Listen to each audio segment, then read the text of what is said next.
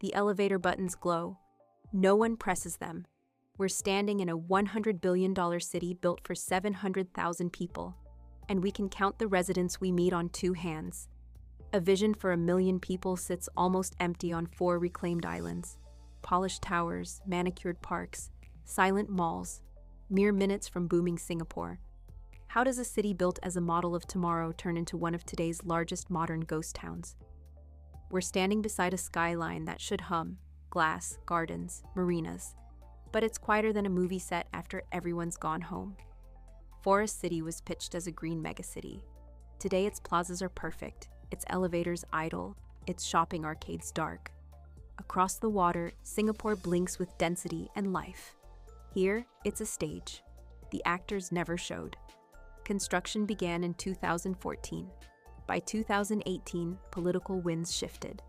Today, a decade later, less than 1% of units are occupied. Why this silence? The answer isn't a single failure. It's a stacked collapse of market assumptions, policy shifts, environmental costs, and a developer's gamble gone wrong. Over the next 50 hours on the island, we'll trace that collapse and meet the few people who stayed. Retirees, entrepreneurs, experimental communities, to ask one question: is this the end, or a chance to rebuild differently? Country Gardens sold a sea-carved, eco-smart city, luxury towers, vertical forests, duty-free commerce, and a Singapore commuter fantasy, all packaged for wealthy Chinese buyers and international investors. ForestCity was conceived as spectacle. 4 artificial islands, villas and marinas, high-rise gardens, an alternative to pricey Chinese coasts. Backed by local partners and political endorsements, it promised a new metropolitan node for Southeast Asia. Importantly, it wasn't built for local Malaysians. It was sold to Chinese investors as an offshore asset and lifestyle. That positioning, for outsiders, not ordinary residents, becomes the core of what goes wrong. The product looked perfect on slides. The mechanics under the slides did not. Arrival feels like walking onto a high-end movie set. Immaculate landscaping, security at every turn, shuttle buggies, and virtually no people. We came through a guarded gate at dawn. Electric buggies hummed past polished lobbies. Playgrounds were unused. Restaurants fully fitted but empty. Many villas still had unopened appliances on terraces. Price tags intact. We met a retired Singaporean in one of the towers. He told us, "I love the quiet, but sometimes I wonder if I'm living in a city or a museum." Tower facades were lit outside, while apartments stayed dark inside. The island was maintained, not inhabited. A town preserved in waiting. That staged perfection reveals the project's brittle premise: infrastructure without inhabitants. So who is supposed to live here? The marketing answer points straight at the root cause. ForestCity marketed to Chinese investors and priced like coastal China. Unaffordable to locals and dependent on cross-border mobility that never materialized. Signage in Mandarin, sales offices courting offshore buyers, show apartments priced against Shanghai. This was never a local housing strategy. Most units were bought off-plan as investments, not homes.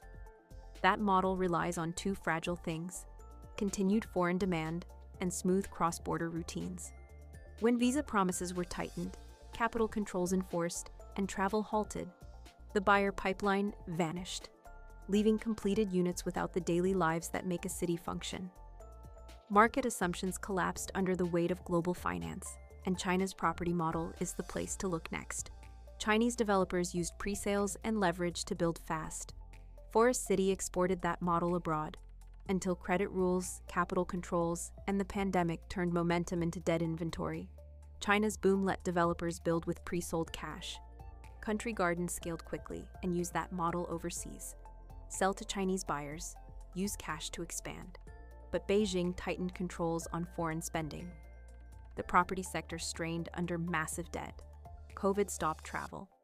A project built on speculative foreign pre-sales suddenly had no buyers and mounting obligations. The financial engine that propelled ForestCity became the reason it could not adapt.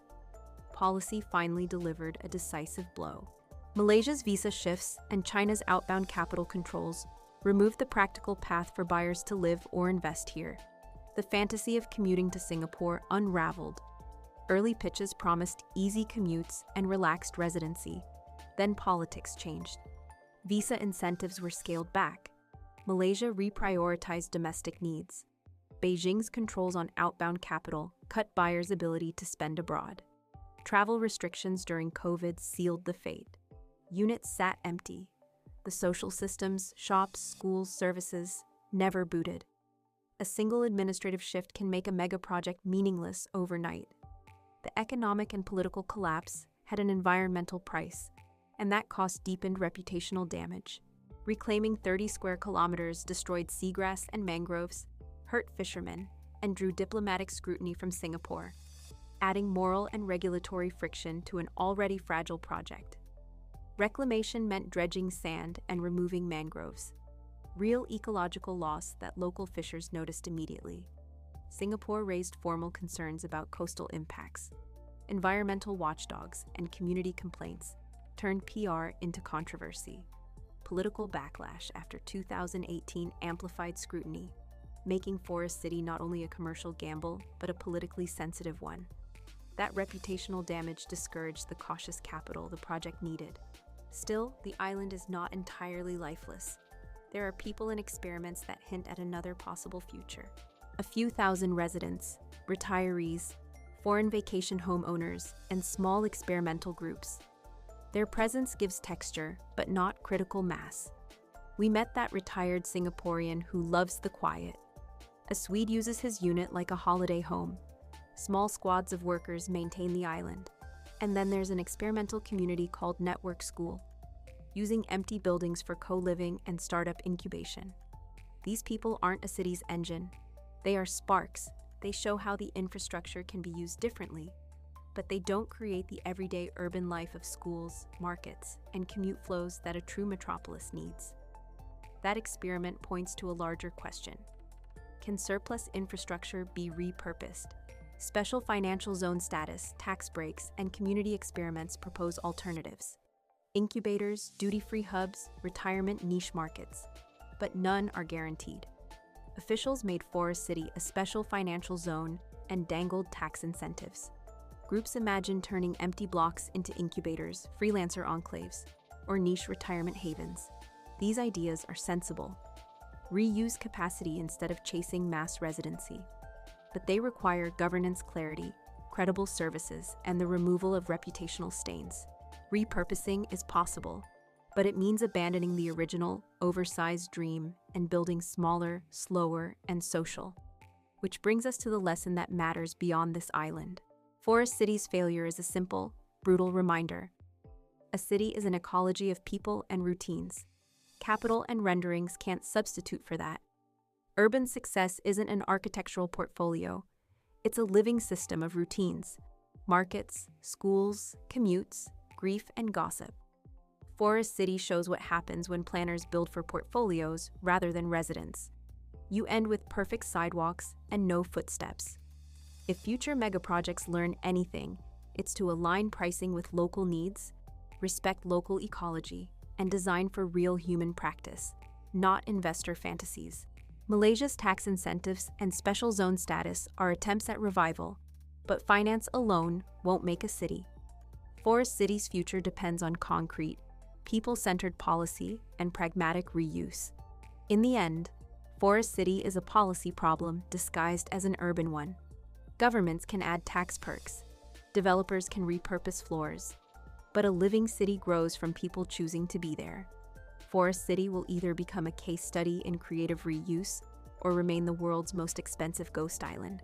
Which it becomes depends on governance, repairs to its environmental harm, and whether anyone can build a truly local demand for life on reclaimed sand.